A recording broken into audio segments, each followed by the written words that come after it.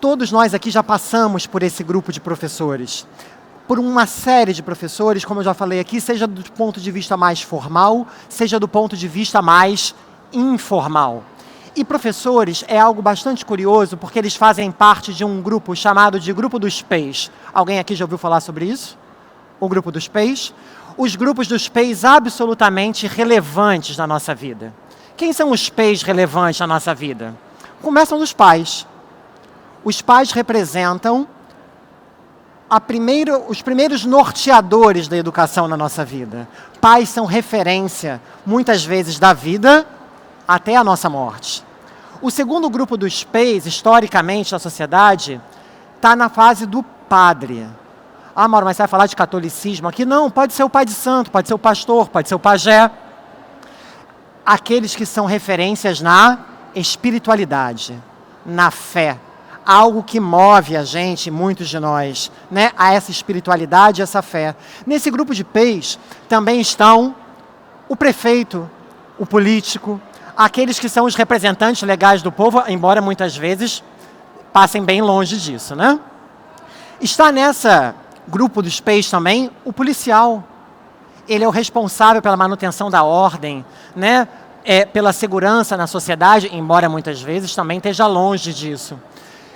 E nesse grupo dos PEIs também aparecem os professores. Os professores, historicamente, são pessoas responsáveis pela transmissão de um conhecimento. Todos nós aqui já assistimos aquele filme de época em que naquela pracinha, quase em frente à igreja, reunia-se as pessoas mais importantes da sociedade. Quem eram elas? O padre, o professor, o prefeito, o xerife, o policial, como queiram, e a sociedade que representava pais e etc. Professores, historicamente, eram referências em conhecimento. Alunos iam à escola porque a escola era o Google daquela época lá atrás. Hoje, escolas, passados, para a gente não ir muito longe na história da educação, passados cerca de 150 anos, para a gente não ir tão longe, escolas continuam mais ou menos no mesmo formato, só que a informação e este conhecimento está completamente diferenciado. E aí, a gente precisa começar a olhar um pouquinho sobre quem são esses professores. Quem era o seu professor preferido? Eu queria que vocês agora fizessem um pequeno exercício mental. Fechem os olhos. Só não vale dormir. Se você perceber que tem alguém dormindo, você diz, pessoal, pelo amor de Deus, acorda que a gente está no Senac Rio Summit. Feche os olhos agora e pensa em quem era o teu professor preferido. Que imagens vêm à tua cabeça? Busca no teu baú de memórias. Que imagem você tem dessa pessoa? O que ela te trouxe ali? Por que você a invocou agora desse baú de memórias? Eu vou me arriscar aqui a dizer que a maioria de vocês, ao fazer a lembrança desse professor favorito, você não pensou, por exemplo, num quadro que ele fez, ou numa dedução teórica que ele fez, ou numa dedução de fórmulas matemáticas que ele aplicou. Você não pensou no conhecimento muitas vezes. Eu me arrisco a dizer que a maioria de vocês aqui pensou na sensação que sentia quando aquela pessoa entrava pela sala de aula. A maior parte de vocês aqui se lembrou de como essa pessoa se vestia. A maior parte de vocês pensou num tom de voz, pensou em como essa pessoa gesticulava. Você pensou, por exemplo, em como essa pessoa se comportava, em como ela te fez te sentir pertencente àquele grupo, em como ela te fez ser vista. Você olhou, você lembrou, passados 10, 20 anos, de repente, que você deixou a escola, 30 anos, você está lembrando não mais de um conteúdo, você está lembrando de uma pessoa e de como essa pessoa se comportava, das suas atitudes. É isso que você está lembrando agora. Me arrisco eu a dizer. Sinto informar a vocês e decepcioná-los, quem veio com uma grande expectativa aqui, de que eu ia dizer para você que tem uma fórmula mágica para ser o professor preferido. Que existe uma fórmula mágica no magistério, para ser preferido e para ser professor. Lamento, não há fórmulas mágicas no magistério para ser professor. De vez em quando aparece aí pelo meio do caminho pequenas ondas.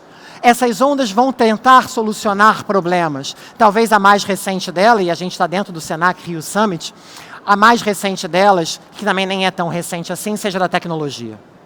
A tecnologia é uma nova onda e as pessoas acham que ela solucionará todos os problemas da sala de aula. Lamento, não solucionará, porque se a gente tivesse fórmula mágica, a gente já teria resolvido uma boa parte dos problemas educacionais brasileiros e do mundo.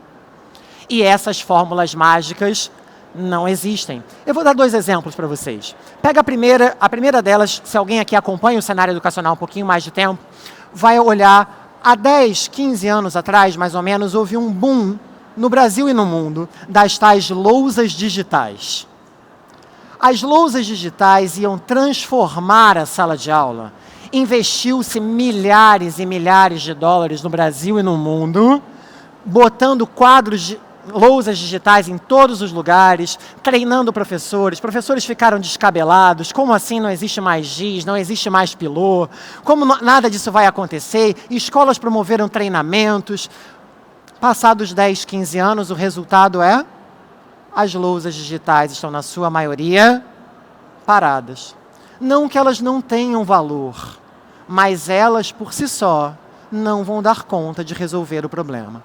Mais recentemente, a pandemia nos mostrou que professores e escolas precisariam se reinventar nesse processo. Do dia para a noite, foram obrigados a se deparar com alguma coisa que até certo ponto, muitas vezes, fugiam, de novas tecnologias digitais de informação e comunicação. Foram apresentados a novas ferramentas e ouso dizer que gostaram das ferramentas. Mas também percebemos, depois de 2 anos de ensino remoto, que essas tecnologias, por si só, não deram conta do processo educacional. Se alguém aqui deu aula na pandemia, Opa! Quem deu aula na pandemia sabe o terror que aquilo foi.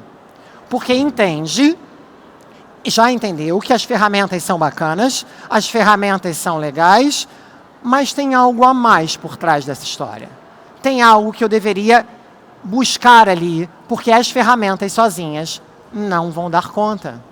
Elas podem ser ótimas, mas elas precisam de objetivo e elas precisam de uma intencionalidade pedagógica. Elas precisam de preparo para que aconteçam. Ora, mas Mauro, tudo bem, eu já estou entendendo, você está dizendo para mim que não existem professores preferidos. Mas por que alguns professores se destacam?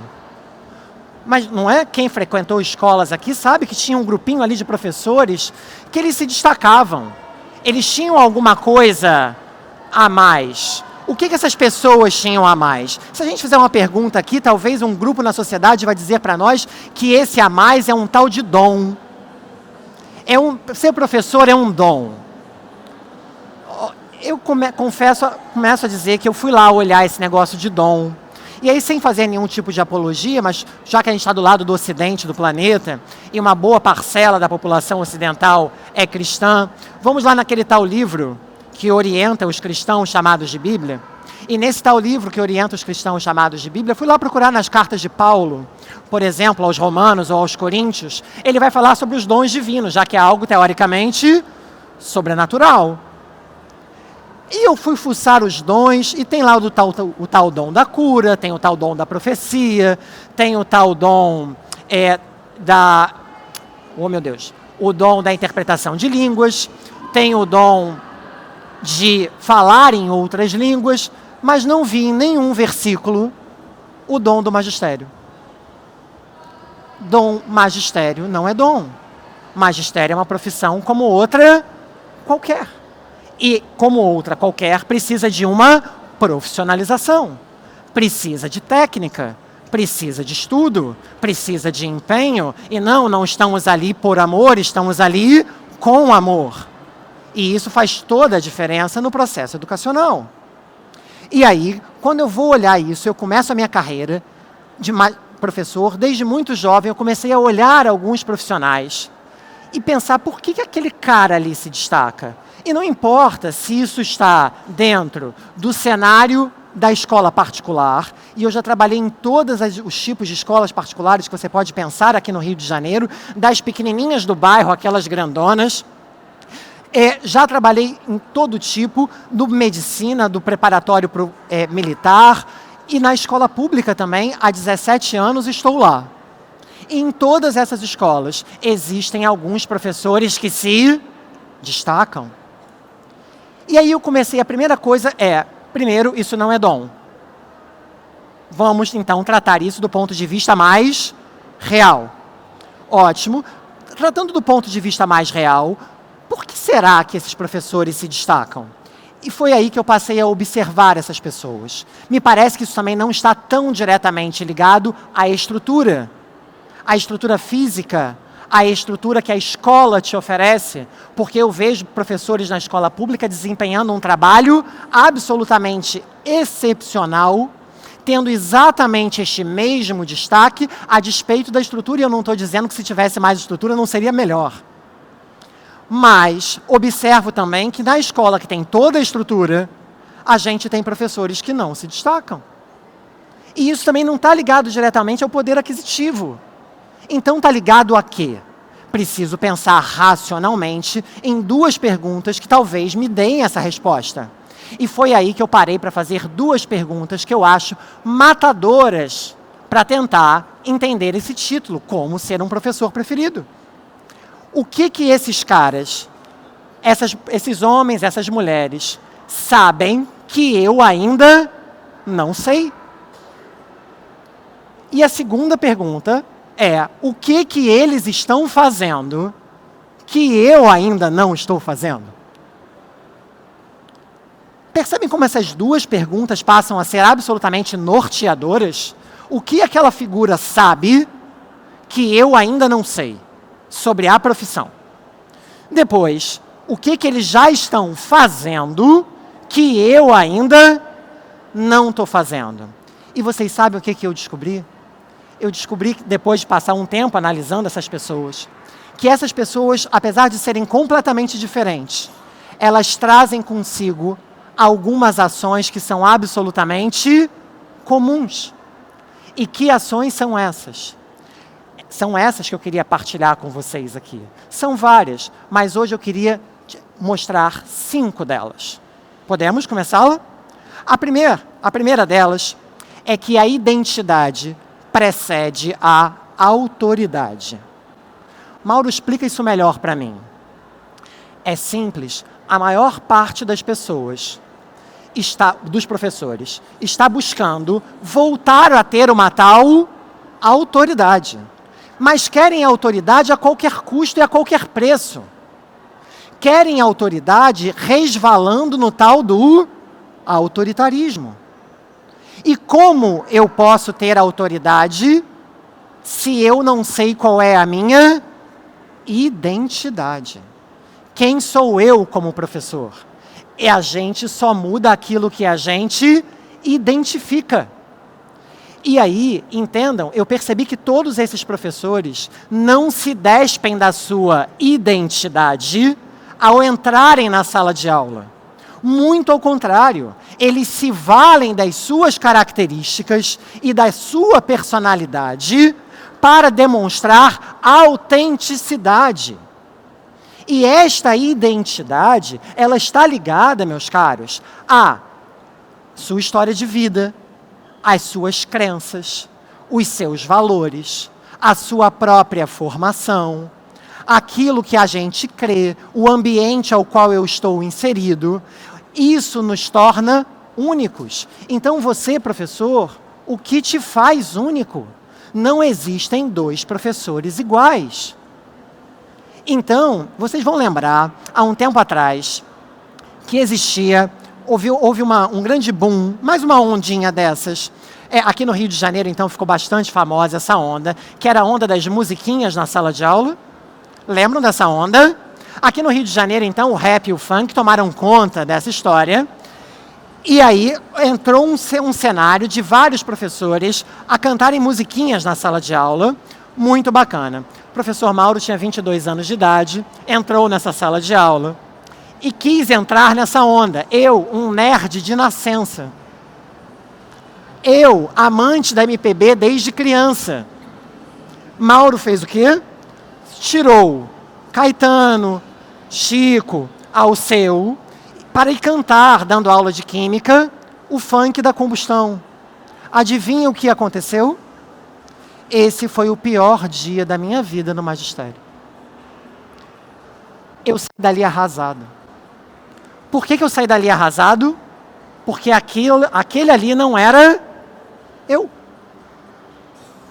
Não era da minha natureza, cantar em sala de aula. E veja bem, eu não estou fazendo nenhuma crítica a quem faz, desde que aquilo seja da identidade daquela pessoa. E tem gente que faz e faz com maestria, eu acho lindo. Alguns que fazem. Criam coisas sensacionais. E a gente vai... Então, eu percebi que esses professores estão buscando a sua identidade primeiro. Porque esta identidade vai levá-los a uma autenticidade. E essa autenticidade, naturalmente, vai fazer o desenvolvimento da autoridade. E é só assim que a autoridade poderá passar a rimar com liberdade. E firmeza poderá dar os braços à delicadeza. Eu não preciso deixar de ser firme. Eu não preciso deixar de ser alguém que imponha o seu respeito de alguma forma. Mas eu não preciso ser autoritário. A segunda coisa que eu descobri é que todos esses professores colocam as pessoas na frente dos processos. Queridos, escolas não são prédios. Escolas são pessoas. A escola é formada por pessoas. A sala de aula é formada por pessoas. Logo, é absolutamente necessário que um relacionamento interpessoal se desenvolva ali dentro. É preciso respeitar este processo de construção de uma relação interpessoal com seu aluno. E eu não posso atropelar o meu aluno pensando no processo sem entender que ali há um diálogo entre pessoas. Eu não estou ali falando sozinho. Eu não estou ali fazendo uma videoaula que qualquer um assiste a hora que quiser. Não, eu estou ali fazendo uma troca. Então, todas essas pessoas perceberam todos esses professores perceberam que pessoas vêm antes de processos. Se eu não desenvolvo primeiro pessoas, eu não chego ao resultado de processos. E num mundo onde a gente está, acabamos de ver isso aqui na palestra anterior, num mundo onde as tecnologias e as realidades virtuais estão cada vez mais afloradas, sim, será papel da escola, cada vez mais, o desenvolvimento das relações interpessoais. É na escola que essas pessoas muitas vezes vão largar, esses alunos vão largar o mundo idealizado da tela para cair num mundo real de contato entre pessoas.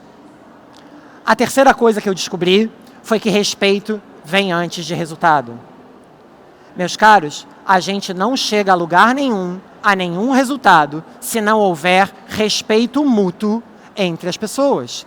Todos esses professores que se destacam colocam o respeito na frente do resultado.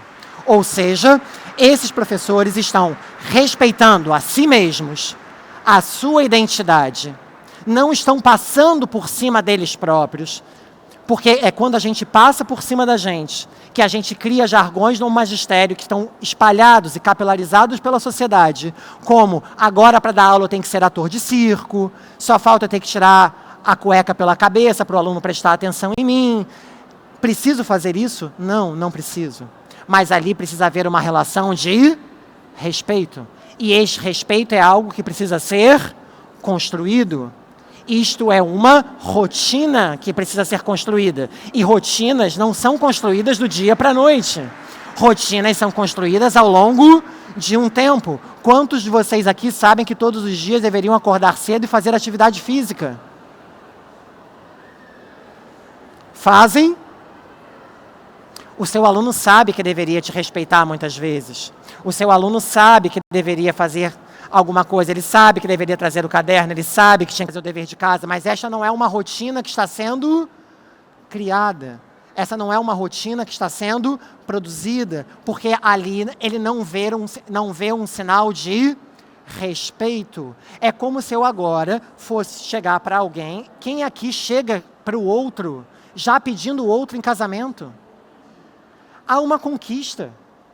Há um processo que é uma conquista primeiro. E a gente precisa seguir esse processo de respeito. E esse respeito passa por processos como acolhimento, sensibilização, percepção social desses alunos, nos mostrarmos como pessoas reais, pessoas que em determinados dias não vão estar bem, e o outro precisa reconhecer que você, naquele dia, também não está bem.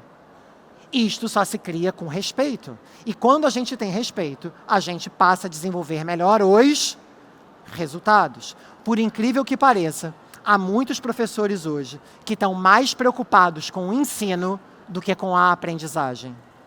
Eu vou repetir. Por incrível que pareça, há muitos professores que estão mais preocupados com o ensino do que com a aprendizagem. E essa é uma inversão radical dos valores de uma escola. A quarta coisa que eu descobri é que o BBF tem um valor enorme. Mauro, o que é o BBF? É o básico bem feito. Todos esses professores que se destacam fazem o básico bem feito. Eu estava ouvindo há um tempinho atrás uma palestra com um judoca e ele estava dizendo que 70% das finalizações de judô em grandes campeonatos internacionais que levam ao pódio, medalha, atletas faixa preta, se dão com golpes da base. Da base. Aqueles que a gente aprende aonde? Na faixa branca. 70% das finalizações.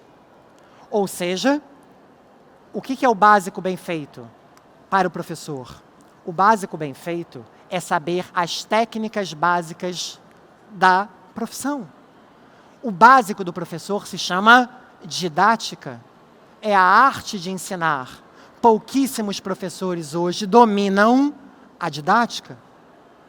Pouquíssimos professores hoje investem em duas coisas bastante importantes, que são a oratória e a retórica.